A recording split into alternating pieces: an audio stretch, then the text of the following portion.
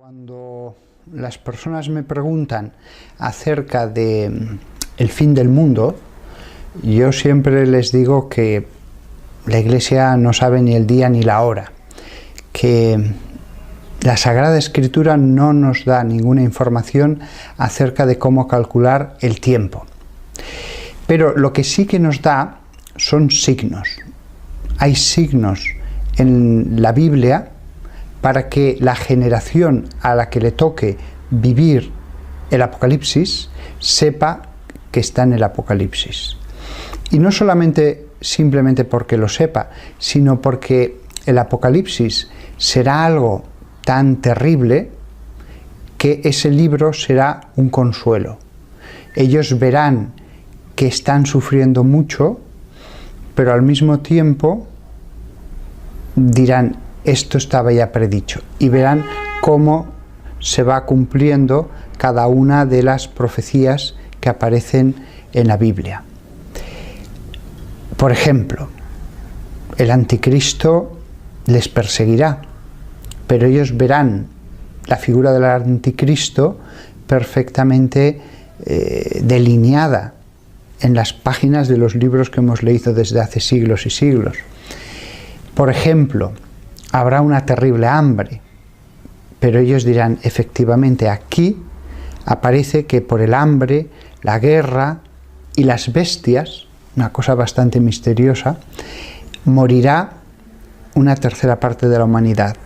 Es decir, los sufrimientos serán muy grandes, pero ellos tendrán también la completa seguridad de estar viviendo un tiempo bíblico, un tiempo predicho, un tiempo que, como verán que se va a ir cumpliendo sello tras sello, copa de la ira tras copa de la ira, también saben con la misma seguridad que van hacia la victoria de Cristo, hacia el triunfo del bien. Por eso, tanta gente a lo largo de la historia ha leído el libro del Apocalipsis y no se han cumplido todos los signos que aparecen allí. Se podía cumplir alguna vez parcialmente algún signo, pero no todos. Por ejemplo, durante la Segunda Guerra Mundial había una figura, la de Hitler, que recordaba totalmente a la del anticristo, totalmente. Había guerra, toda Europa y parte de Asia. Había después otra serie de penalidades, pero no se cumplía el resto de los signos. No hubo peste, no hubo el asteroide que caerá, porque dice la Biblia que una montaña humeante caerá sobre el mar y la tercera parte de las aguas se convertirán en sangre. Pues evidentemente una montaña humeante que cae sobre el mar es un asteroide, un meteorito, lo que sea. Eso no ocurrió. Ni tampoco murió la tercera parte de la humanidad. Es decir, se dieron algunas cosas que sí que eran como prefiguraciones del Apocalipsis, pero ninguno de los signos se dio en plenitud y sobre todo no se dieron el resto de los signos, porque la guerra pues es una cosa muy amplia, pero si Dios nos ha dicho que este es uno de los signos del fin del mundo, es porque será una guerra totalmente distinta, mucho peor, mucho más extensa que cualquiera que hayamos vivido.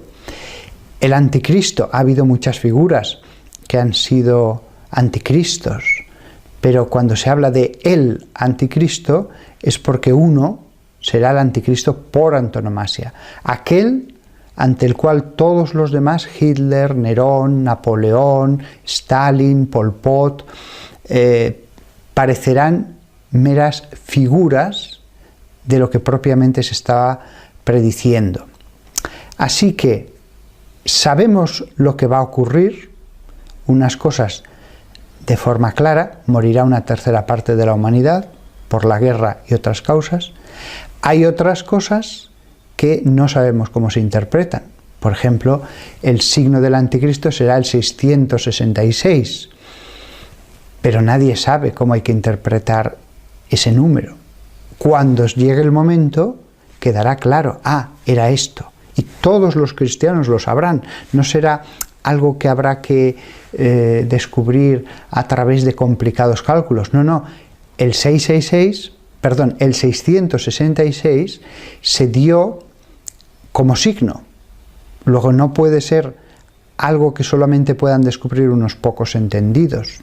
Así que, como vemos, el Apocalipsis tiene partes muy claras, partes de facilísima interpretación, muy concretas. Habrá un terremoto en Jerusalén y morirán este número exacto de personas. Eso es un signo claro. Y otras partes que son indescifrables hasta que llegue el momento. El 666, por ejemplo, es uno de ellos. O cómo interpretar que se abre la puerta del abismo y salen unos seres con cuerpo de caballo, cabeza de león y cola de escorpión. Solo lo sabremos cuando llegue el momento. Entonces sabremos si es algo metafórico o es algo más literal. Después hay cosas dudosas. En medio de lo que sabemos con total seguridad y de lo que es imposible saber hasta que llegue el momento, hay cosas más dudosas. Por ejemplo, he puesto antes el versículo de una montaña humeante caerá sobre el mar y la tercera parte de las aguas se convertirán en sangre. ¿Significa que la tercera parte de las aguas de los mares se van a convertir literalmente en sangre? ¿O significa que cae un asteroide y que simplemente se tiñen de rojo? ¿O significa el mar, que es la multitud de los pueblos, y que cuando se dice que se tiñe en sangre la tercera parte de las aguas, es que la tercera parte de la humanidad sufre la guerra? Pues no está claro, porque hay otro versículo en el Apocalipsis en que se dice que hay una mujer tumbada junto al mar. Y después, más adelante, San Juan nos dice que esa mujer es la Gran Babilonia, una ciudad que ha extendido el pecado por todas partes. Y le dice el ángel, y el mar que ves al lado es el mar de las gentes, de todos los pueblos que están junto a ella. Con lo cual, hay cosas seguras cuya interpretación no hay la menor duda, hay cosas que no hay forma de saber y hay cosas dudosas. El error viene cuando alguien está convencido, ahora estamos viviendo el Apocalipsis, y trata de buscar algún detalle en el mundo que case con esos versículos. Ese es el error. Buscar algún detallito, eso no vale. Son signos claros, evidentes, que todo el mundo tiene que entender, que son, por ejemplo, cuando vino el Mesías a la tierra, los profetas lo habían predicho. Todo el mundo veía claramente que Jesús podía ser el Mesías. Todo el mundo veía que él estaba haciendo curaciones, expulsando demonios, etc. No era algo solamente al alcance de unos pocos entendidos. Muchas personas se preguntan si el Apocalipsis coincide plenamente con el fin del mundo. Yo siempre había identificado el fin del mundo con el Apocalipsis, como siempre se ha hecho normalmente, pero en los últimos decenios ha aparecido toda una corriente de pensamiento que distingue entre fin de los tiempos y fin del mundo. El fin del mundo sería el final absoluto de la historia, cuando ya vendrá Jesucristo y se producirá la resurrección de los muertos, mientras que el fin del mundo, dicen algunos, sería una especie de apocalipsis previo, pero después hay un tiempo de paz, de prosperidad para la Iglesia. Yo debo decir que al principio la idea me resultó un poco chocante, pero es cierto que en el Apocalipsis capítulo 20, desde el versículo 1, hay un texto bastante curioso que yo nunca había sabido cómo interpretarlo. Dice así, Apocalipsis 20, versículo 1. Luego vi a un ángel que bajaba del cielo y tenía en su mano la llave del abismo y una gran cadena. Dominó al dragón, la serpiente antigua que es el diablo y Satanás, y lo encadenó por 1000 años. Lo arrojó al abismo, lo encerró y puso encima los sellos, para que no seduzca más a las naciones hasta que se cumplan los 1000 años. Después tiene que ser soltado por un poco de tiempo.